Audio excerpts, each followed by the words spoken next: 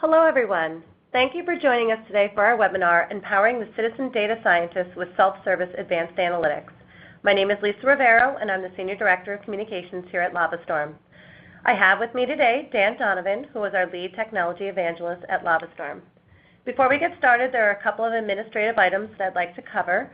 First, we will be recording this webinar, and we'll be sending all of you a link to the recording in the next day or two. Second, please use the Q&A panel to ask your questions. We have set aside some time at the end of the webinar for Q&A, and we'll address as many as time allows. Thank you. And now I will turn it over to our presenter, Dan Donovan, a Lead Technology Evangelist at LavaStorm. Dan? Thank you, Lisa. Hello, everyone. Thanks for joining us today for our webinar on empowering the citizen data scientist.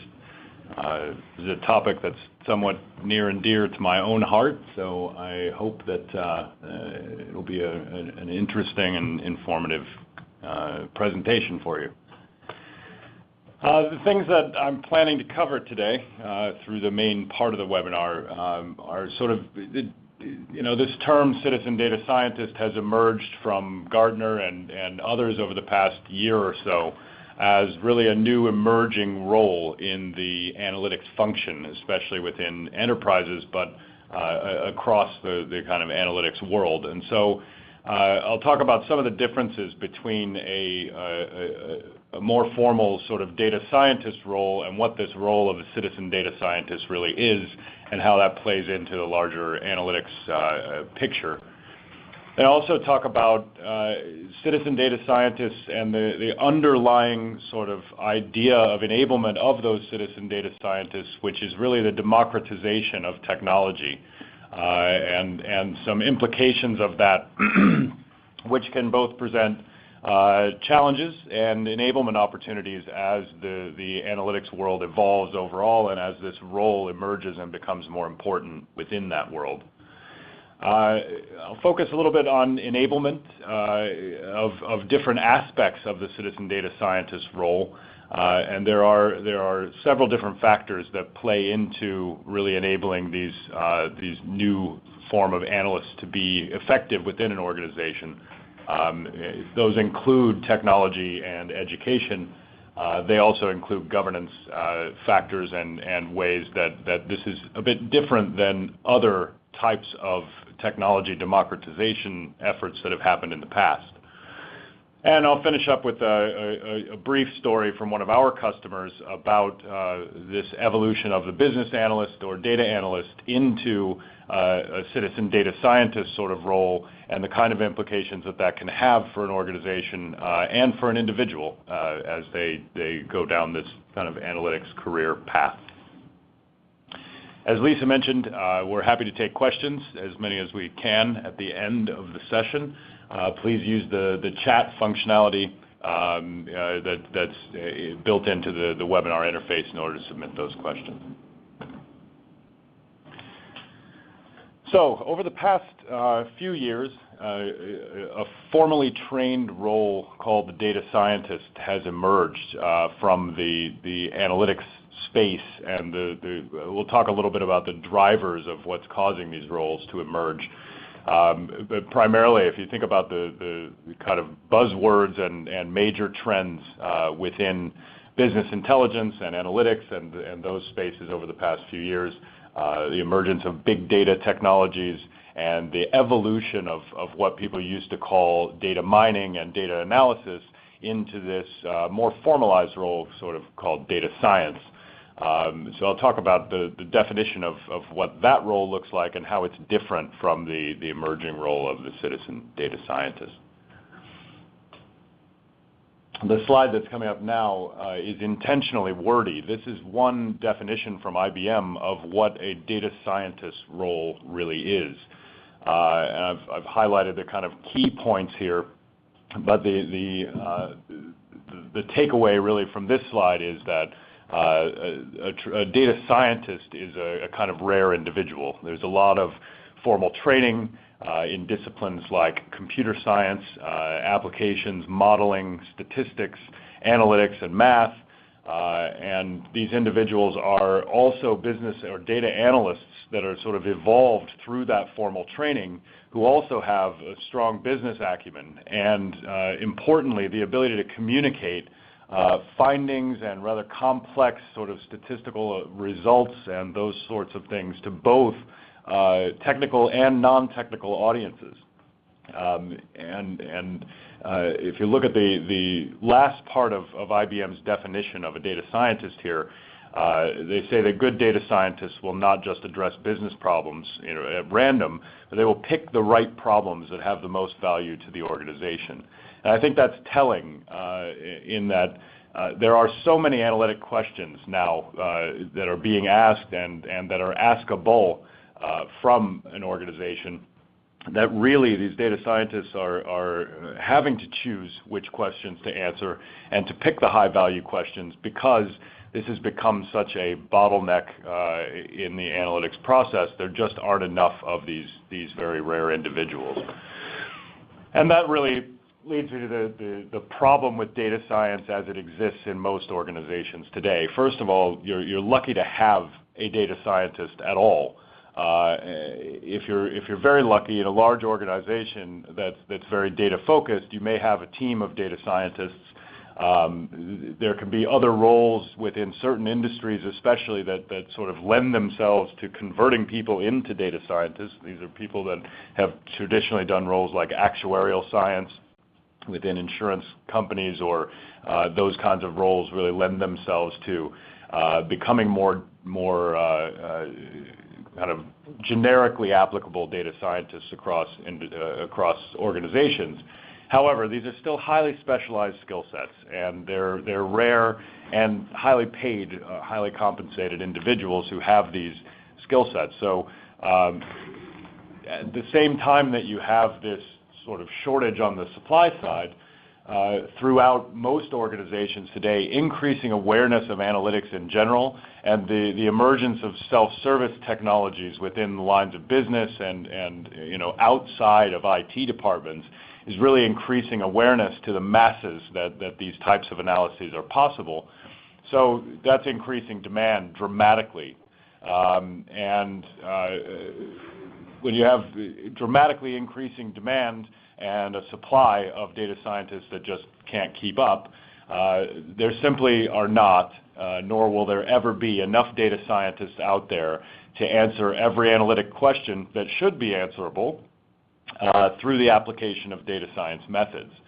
And so, the idea of the citizen data scientist is that there are a group of business analysts and data analysts who can be empowered through technology and knowledge. And I'll talk in detail a little more about what some of those enablement factors are to really make these people successful in this role. But these can allow this much broader set of data workers, if you will, to perform analyses that were previously typically the sole purvey of the highly specialized data scientists. Since these individuals are much more prevalent within a typical organization, if you can really empower a business analyst to do much more advanced analytics and to answer higher value questions, to answer a higher volume of questions with more velocity, and to really be able to provide valuable insight, and the value of that insight is an important factor in this as well. We'll talk a lot about that through the enablement piece of today's presentation. But this really can help eliminate the bottleneck of not having enough data scientists to perform these tasks. Another advantage of spreading this sort of ability around an organization is that you're enabling people who are closer to the business processes and therefore have a deeper understanding of the business problems that need to be solved, the analyses that need to be performed, the implications of the answers that they get, and how those really inform business decisions that can be very consequential to the operation of an organization. And if you listen to what the analysts are saying and look at the latest survey results from out in the market of leading firms, really answering these questions and being able to make use of analytics on a broad basis within an organization is what's really differentiating the leading firms from the main middle of the pack firms in lots of different industries. So this is no longer just a specialized set of questions that are applicable to certain industries that have been doing this kind of statistical predictive analysis, advanced analytics for a long time. This is now applicable to just about everyone who is in business anywhere. Also, it's spread across different lines of business. So there used to be a lot of financial modeling and things like that, risk analysis and applications such as those that were sort of the early days of this, what we now think of as data science applications. More and more, you're starting to see this type of analysis being used across the board in operations of companies, in things like logistics and solving problems like preventative maintenance and predicting when things are likely to fail, and even analyzing what's happening with things like production lines in manufacturing, looking at quality control and quality assurance results and being able to predict problems on an assembly line before they happen. All of these types of analyses are possible today, and these are a lot of the data science functions that can be packaged up and spread around to these emerging citizen data scientists.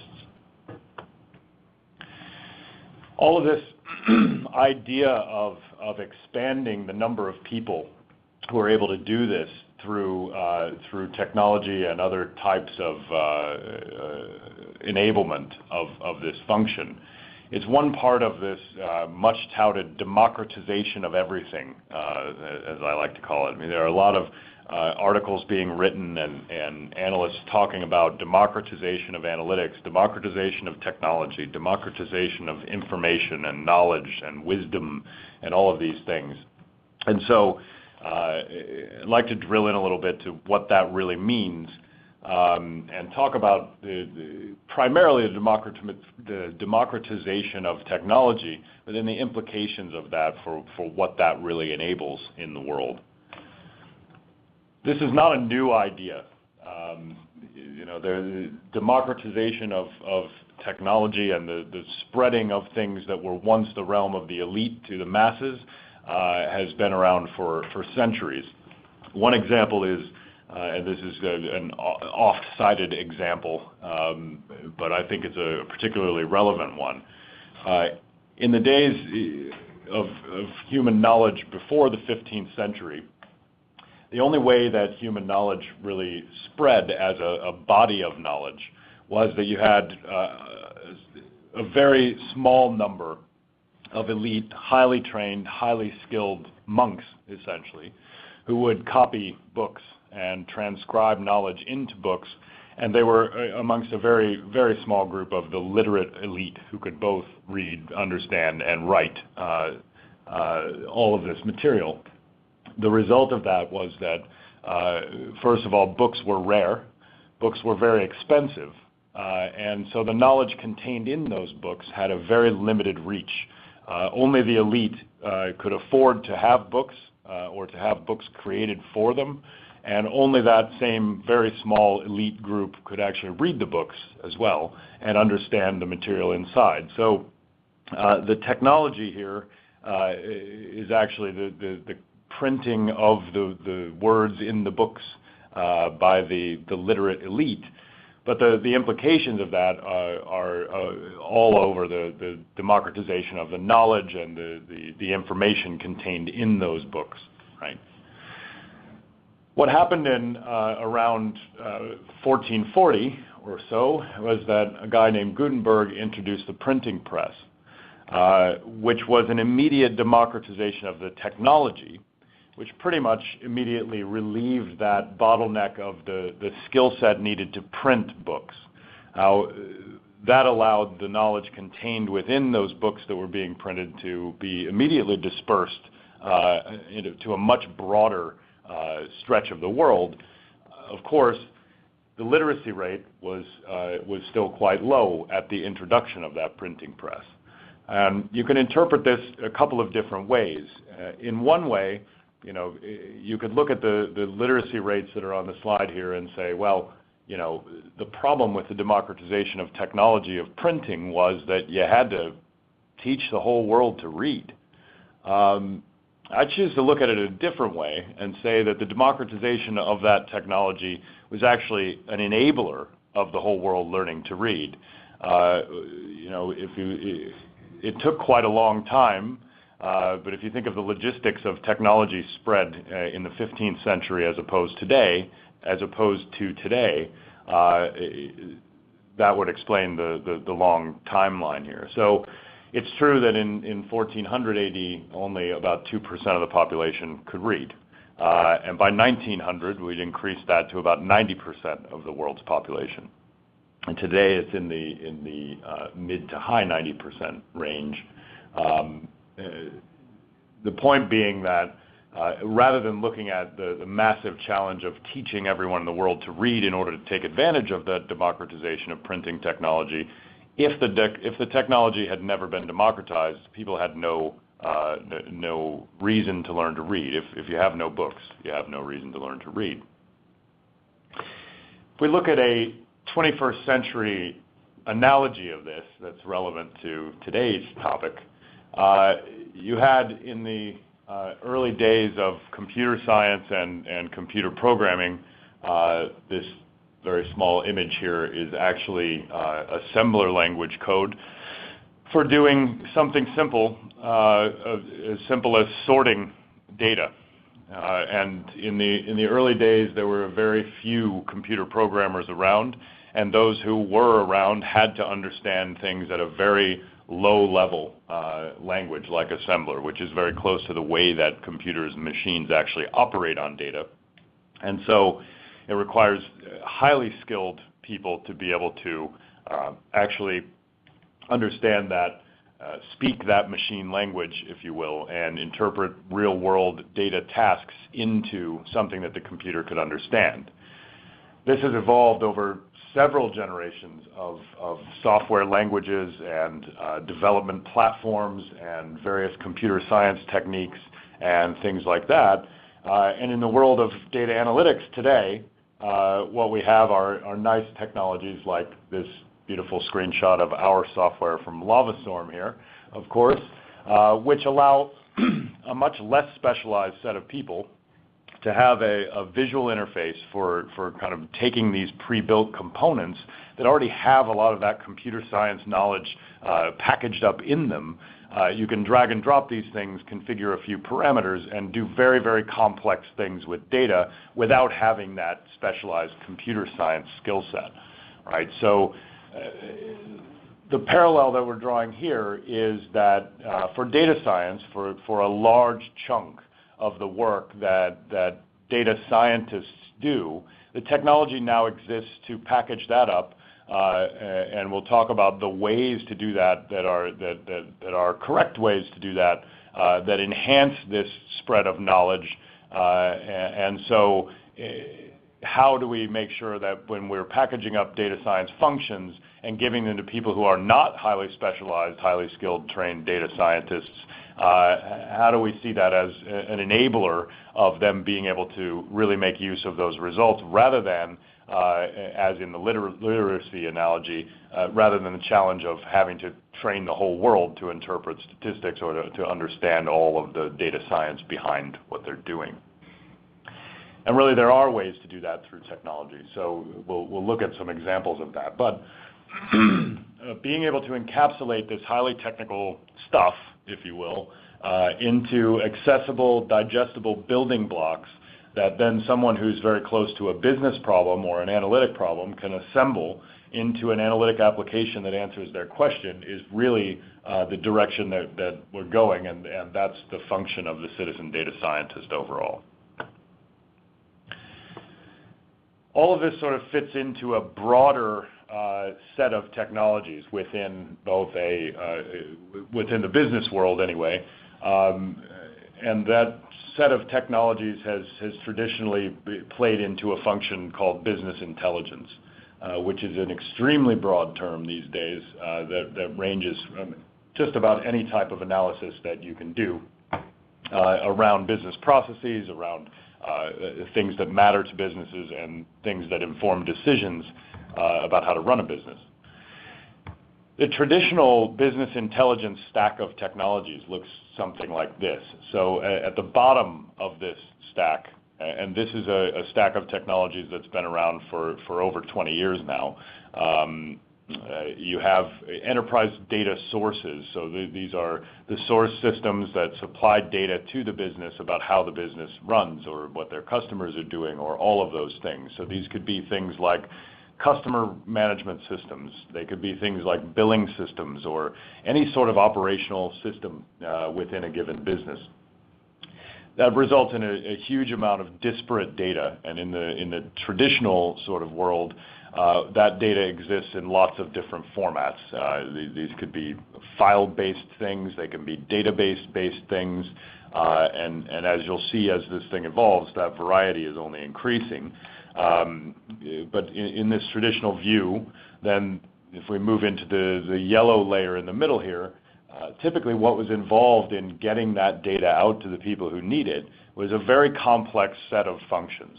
The first of which is this idea of ETL, or extract, transform, and load. So extracting this data from the source systems, transforming it and mapping it all together into some predetermined data model, which was fixed and locked down and really restricted, designed to restrict access to the data to only the few people who need access to that specific data. So this ETL layer feeding into that predefined, predetermined data model, which exists in a data warehouse or a series of databases and data marts, which themselves can become siloed and spread around the business in different departments and different areas. They could be tied to different applications or different functions. And then really the place of the data scientist, or the precursors to the data scientist in all of this, fits above that data warehouse, data storage layer in what's called out on this slide as the semantic layer / advanced analytics function. So this is typically an application of computer science methods for taking that data and applying semantics that are somewhat understandable to the people within the business. So how do we consistently call something the same thing no matter what system it came from, as long as it represents the same sort of business entity?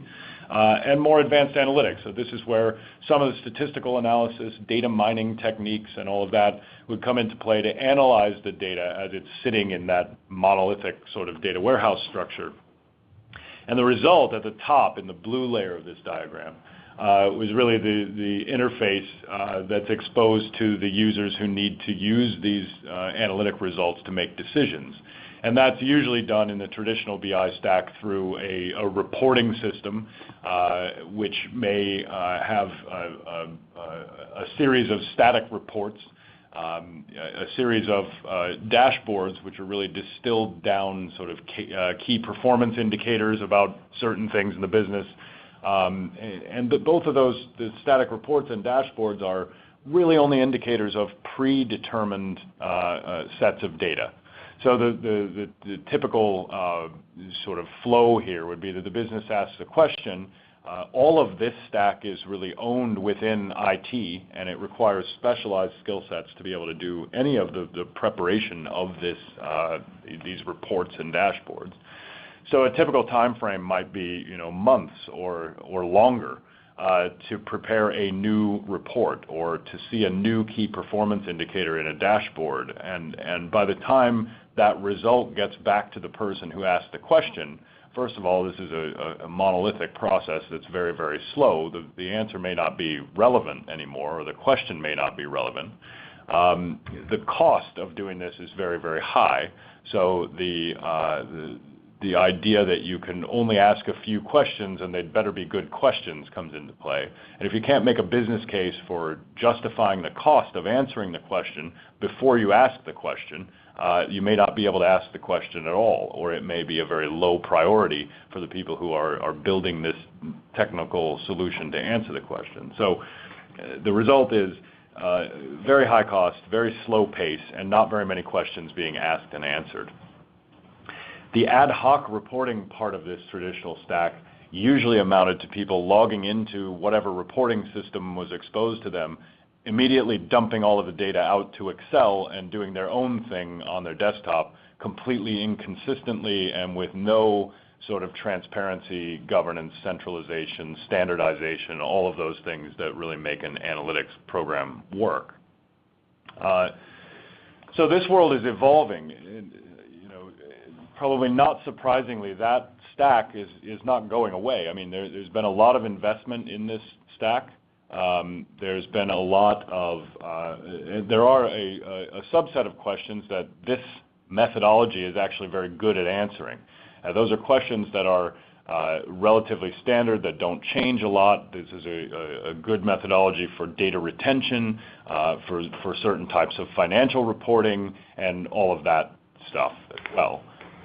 This is more being augmented and, in some cases, supplanted by new technologies. And so the so-called modern BI stack is emerging at almost every layer next to this traditional stack of technologies.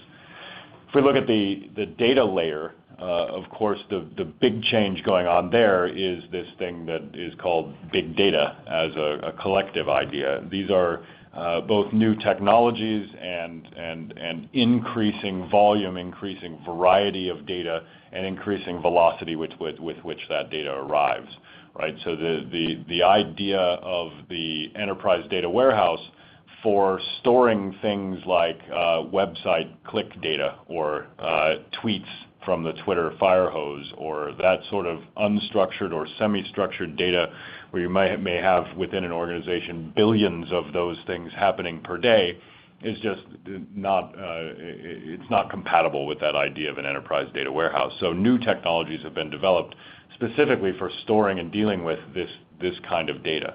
And these are technologies like Hadoop and NoSQL databases and all of those types of things. So these are now expanding the variety of data sources that play into making these decisions. Another evolution that's already happening and that has happened over the past few years is that whole top of this stack, the idea of reports and dashboards and ad hoc reporting, has evolved through the introduction of self-service data visualization technologies into something that's much more dynamic. And it's enabled a process called data discovery, which is the visualizations of data, the way that end users are looking at data and being able to gain insight from that data has completely shifted. So not to exclude anyone, but products like from companies like Tableau and Qlik and Spotfire really sort of led the charge here in shifting the way that people think about how they see data, how they see analytic results, and how they interact with that data. That's driven a massive shift in the way that people think about analytics. And part of this is driving awareness. So many more people within a typical organization are now aware that they can interact with these data sources and really glean valuable information from the data that is stored around their organization. So that's increasing demand for just about everything here. It's also highlighted a new bottleneck and a new problem, if you will, for how to meet that demand. And really, especially here at LavaStorm, we think that bottleneck is represented by the middle of that traditional stack and its evolution into the area that we play in now, which is something that Gartner has termed as self-service data preparation and advanced analytics.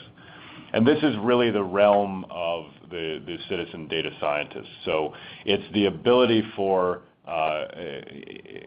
enable a self-service function across an enterprise within the lines of business, not necessarily managed or owned by an IT function or even a data science function, but having a set of users in the lines of business who are able to take data from all of this variety of sources around the enterprise, to prepare that data themselves without a complex predefined data model that they need to fit it into, without a complex ETL process that requires a developer skill set in order to do it, and then to analyze that data at a quite advanced level.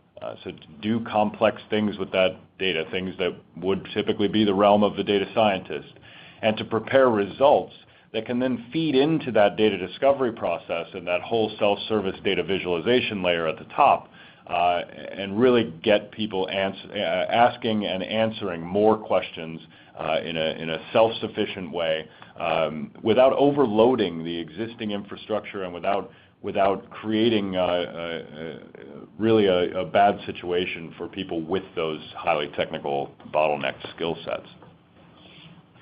So this is sort of the big picture of what's happening overall around the periphery of the role of the citizen data scientist.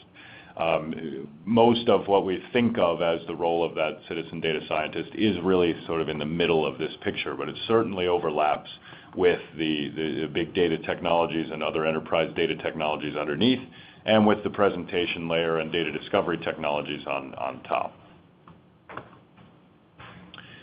We've talked a little bit about what's driving this change. It's not only the things that I've already mentioned, like the explosion of data, the whole big data revolution, as it's called. There are also cost pressures. There are regulatory pressures in lots of industries. If you look at financial services, for example, the whole financial crisis that happened between 2008 and the last few years has driven a whole host of new regulations around how those companies treat data, around the types of analytics that they're required to do, and a lot of those are much more advanced sort of analytic functions than they were in the past. There's also, as I mentioned, the increased demand is really an increase in business expectations of being able to self-serve, to answer their own questions without having to wait weeks or months for a response or an answer. And then, of course, the need for agility is what if I ask a question and the answer I get back is not helpful, or it's not what I expected, or I don't find any value in it? How quickly can I ask a slightly different question and sort of take a different tack and analyze things in a different way? All of these things are driving this evolution of technology and the evolution of the whole supply and demand model for analytics within a typical business. So how do we enable this? I mean, there are a lot of aspects of this that are rightly brought up every time the idea of this role comes up. It seems like a sort of insurmountable thing to really be able to take these specialized technical things, package them up in a way that the average or maybe slightly above average business analyst or data analyst, I kind of think all business analysts and data analysts are slightly above average, but how do we do this in a responsible way so that people aren't drawing the wrong conclusions, that they really are gaining valuable insight from the data and all of those things that add value to any analytics or business intelligence program? I think one important point is when we think about technology as an enabler of this, it is definitely not a replacement for or even an automation of the data scientist function. Instead, you should think of it as a kind of force multiplier. So you're taking the knowledge, the data preparation skills, that's a big part of this. Data scientists, if you believe the survey results, spend somewhere between 60 and 80% of their time just preparing data in order to apply the more advanced analytics models that are really what they're known for, or what they like doing. There are some unique data preparation challenges when it comes to advanced analytics. But then also packaging up the advanced analytics methods, the ability to actually have data scientists defining advanced analytics models and statistical and predictive models, and then making those available in an accessible way to the citizen data scientists out there within an organization. What this is really doing is taking that data scientist and making the data scientist exponentially more effective within an organization. Because if you can really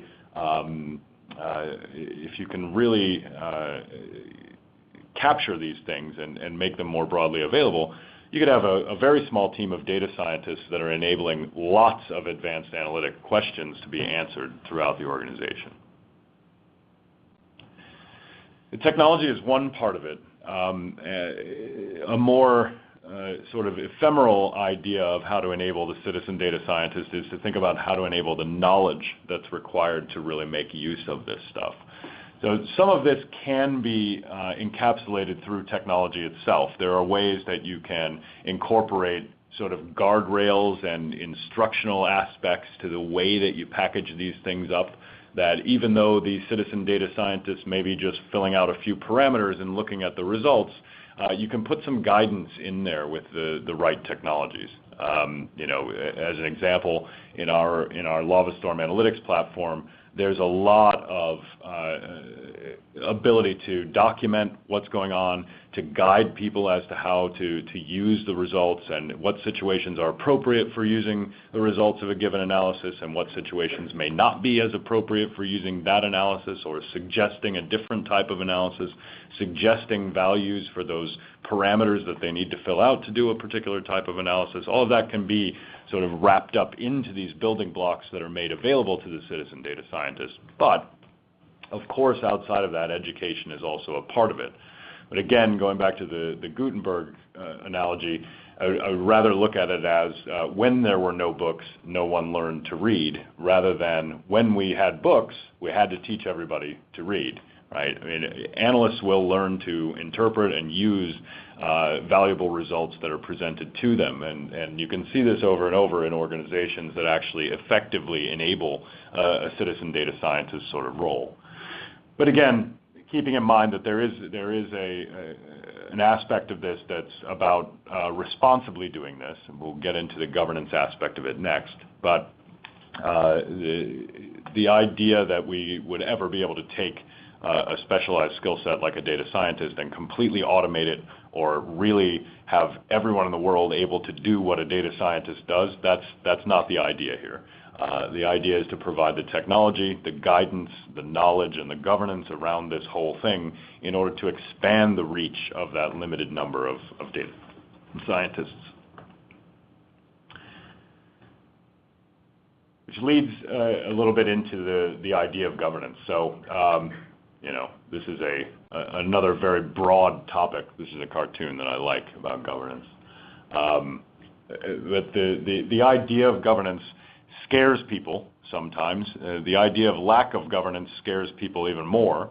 And part of the reason why, it goes back to that traditional sort of BI stack and BI world. What happened when that bottleneck became apparent, and when the business could no longer get in a timely manner the results that they needed from IT. This is not IT's fault, by the way. This is just a sheer effect of demand exceeding supply of the necessary skill sets and the necessary technologies, really, to get to these answers.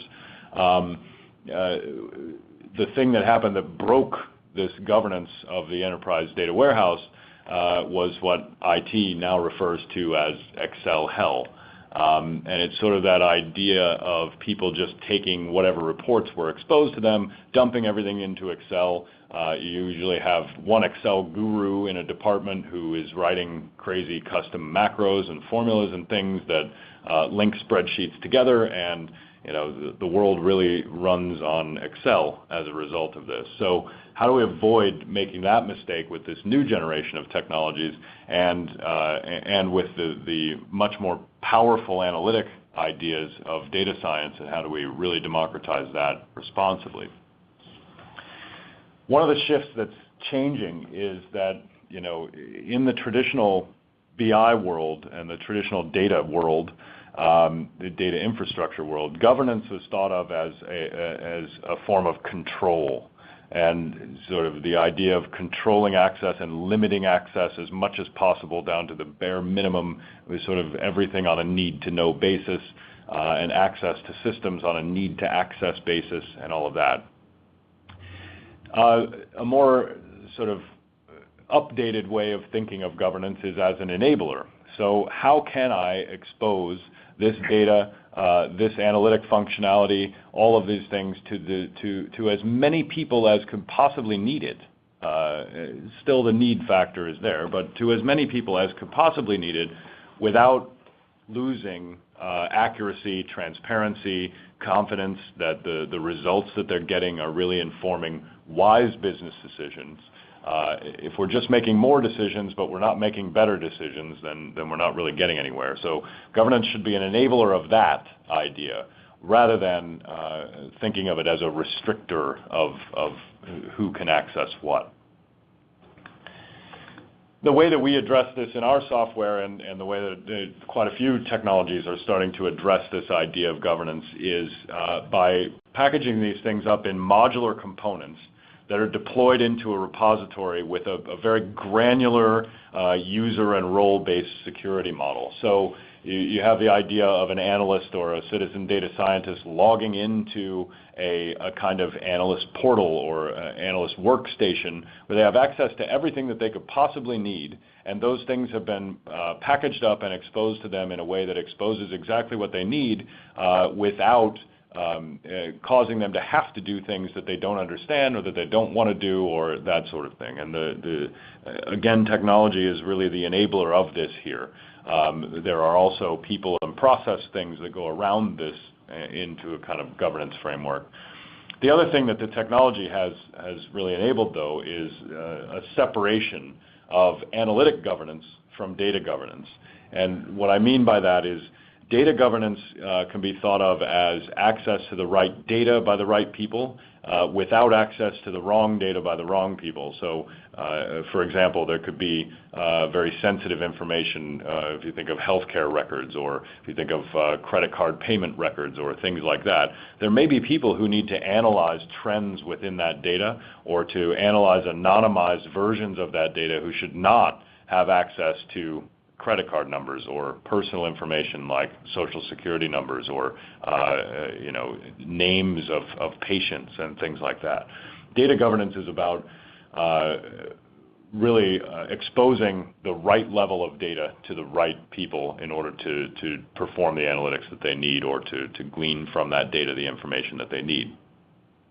Analytic governance, in the way that we talk about it, is more about exposing that analytic functionality to the right people in the right way at the right time. And so you may have a group of users who have access to this packaged up data science advanced analytics functionality, but they're only able to use it in a way that's pre-configured. And maybe that's been configured by a more technical person, maybe it's been configured by a data scientist. The idea is they're still able to look at and see the results. They're not able to change the way that those things are running, or how they're getting to those results. You may have a different set of users who are able to change certain aspects of the way that things are run, which model they're using for a given regression type, or things like that. But they may not have the knowledge, the desire, or the ability to create their own models from scratch. They don't have that level of access. You may have another group of users who have access to actually create their own building blocks that they can then release out to other users. So that's really the idea that we at LavaStorm talk about as analytic governance. Two separate but related ideas. I mean, one is about governance of how people have access to data itself. The other is about how people have access to analytic functionality that allows them to get answers from that data. So to do this effectively in a self-service enablement function, really what you're doing is enabling two sort of separate independent cycles to complement each other. So on the left-hand side of this picture, you have producers of these analytic building blocks, or this encapsulated functionality. And these could be the data scientists in the kind of data science world that we're talking about today. They're able to package up reusable analytic models and building blocks that can be tested and curated and governed in that analytic governance sort of framework that we talked about, releasing these things out so that people need to log in and have the right access to the right pieces here. The other cycle that's going on the right then, and this could be where the citizen data scientist lives, is these are consumers of those building blocks. And they're able to take those and assemble them with some guidance and some knowledge built into the building blocks themselves and the assembly process. But they're able to, in a very agile way, get through assembly of an analytic application, analyzing the data that comes out of that application, visualizing that so that whoever the end user, the end decision maker, the person who needs to gain some insight from those analytic results can see it clearly. And then going through the whole process again, and you can get through a lot of cycles of asking questions and testing those answers and visualizing and making decisions and then asking another question, and you can get through that in a very agile, sort of rapidly progressive way.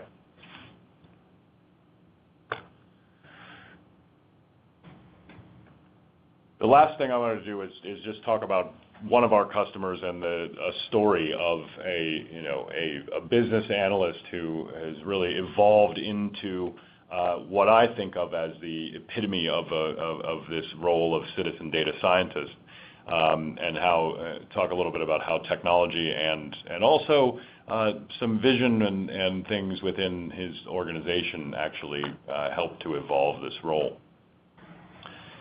So this particular customer is a business analyst at a major U.S. telecoms and media company that's a big customer of LavaStorm. They've been using our software for several years now in lots of different areas of the enterprise. Before this particular department had access to LavaStorm's software, the primary focus of this analyst who I'm talking about was really building visualizations of data for the management team.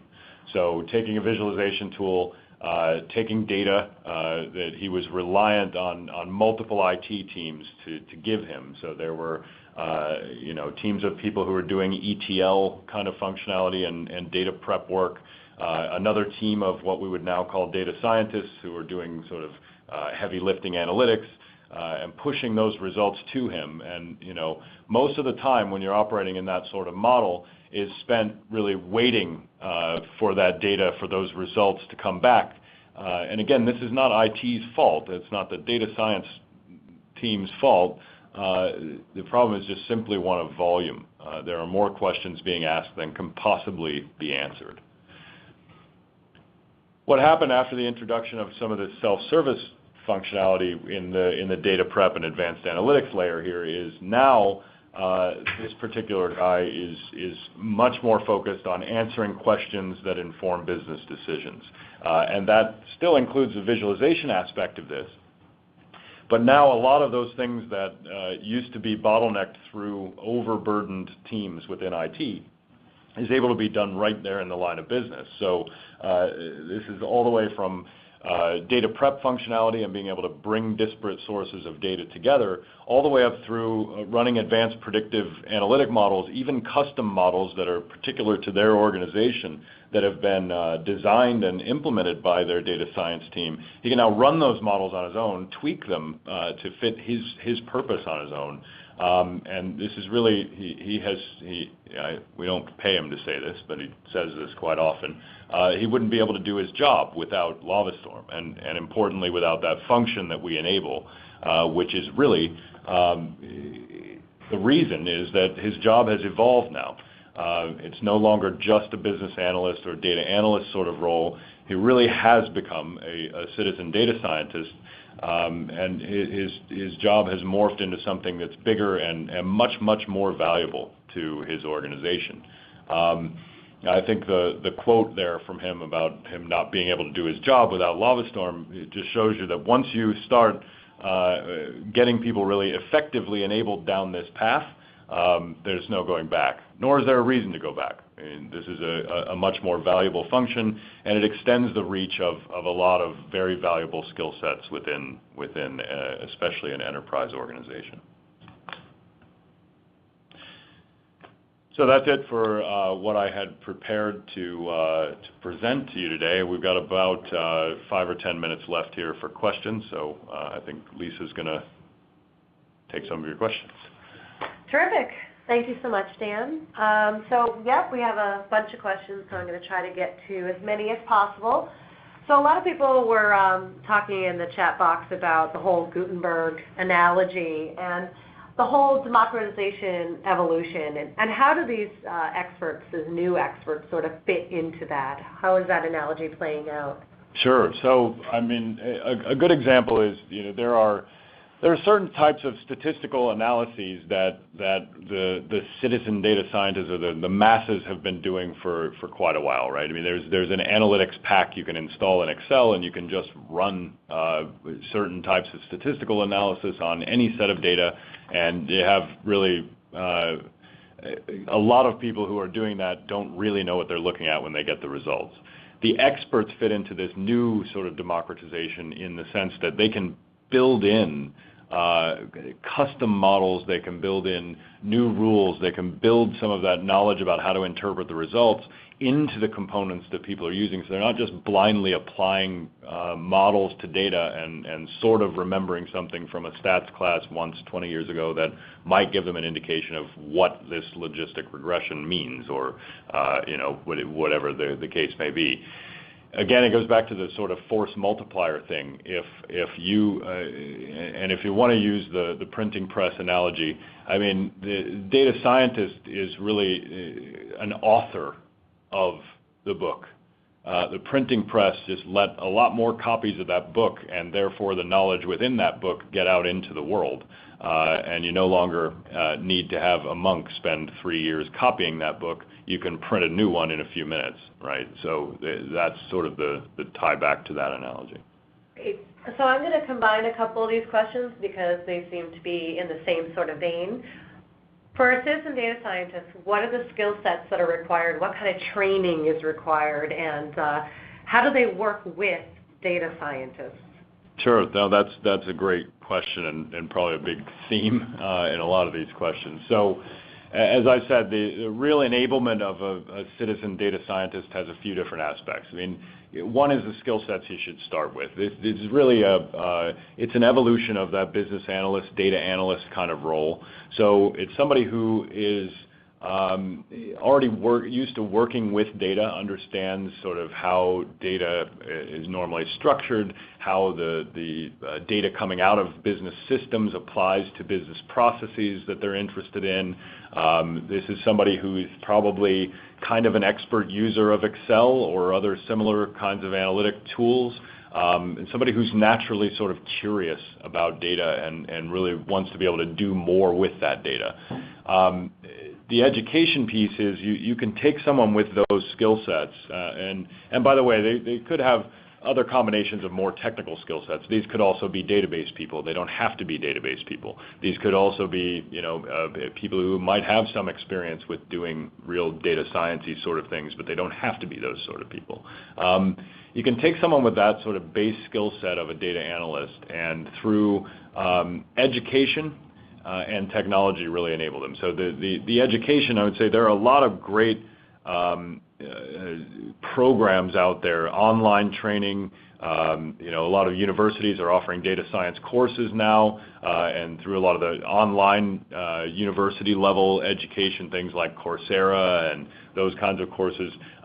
There are great base level statistics and data science kinds of classes that someone with a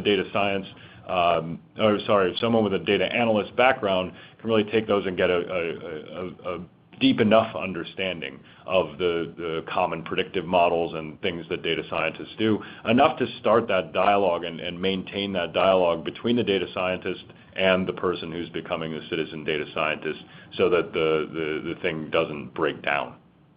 Sure.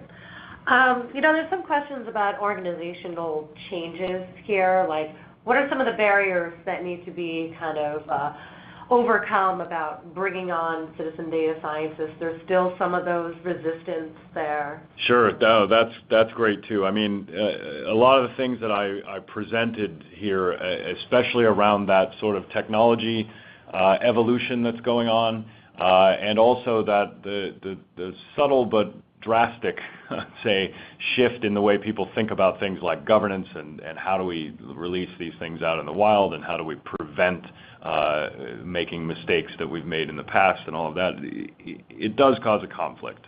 And, you know, it's been seen in a primary conflict for a few years between IT and the business. I think we're moving past that really now, in that IT wants nothing more than to be an enabler of this, and the business wants nothing more than for this to be enabled across the whole organization. The organizational changes that you're starting to see in the most progressive companies start right at the top. I mean, you see new C-level positions being created, things like chief data officers, chief analytics officers, and those are roles that didn't really exist before. They may sit between line of business C-levels like a CFO or a COO and the technical C-levels like a CTO or a CIO, and sort of resolve that conflict by enabling this function on both sides of that fence, if you will. And that pushes all the way down into the teams that are becoming citizen data scientists. I mean, some of these are existing within centers of excellence that are specifically dedicated to this function. Some people call them data labs, some people call them analytics centers of excellence. So there are a few emerging trends especially in the progressive companies that are worth taking a look at and sort of following about how to structure an organization like this. Great. Going to combine some of the BI stack questions that were coming up. There were some questions around self-service, data preparation, and advanced analytics. Like, where does that kind of sit? Does it have the data cleansing involved? Does it also have, is it in the cloud? Is it on premises? Where does that data reside? Sure. So well, if you do it the right way, it's a little bit of all those things. You know, I think I mentioned as I was talking through the slides there that even for a data scientist, 60 to 80% of their time is typically spent preparing data. For a data analyst, the people who are evolving into citizen data scientists, it's even higher than that. It ranges from like 75 to 90% of their time is spent preparing data. Really, the idea of self-service preparation, of data preparation, I mean, it encompasses things like data quality checks, data cleansing, data enrichment, all of those kinds of things. And then for data science type applications, there's another layer of preparing data to run through things like statistical and predictive algorithms. You know, there are a number of data preparation challenges. In the traditional world, these were addressed mainly in ETL platforms or in databases themselves. The way to really enable the self-service function is to take advantage of the technology that's out there that makes this a drag and drop sort of process now. It's no longer a coding exercise in order to do these kind of data preparation things. That's great. Well, I think we're going to stop with the questions at this point because we're at time, but I want to thank Dan for all the time and effort talking about this very interesting topic. It's an evolving topic. I think it's an evolving conversation, and I definitely think the organizations are making these seismic shifts that are very interesting. So thank you, everybody, for your time, and we sincerely appreciate you taking this hour with us today.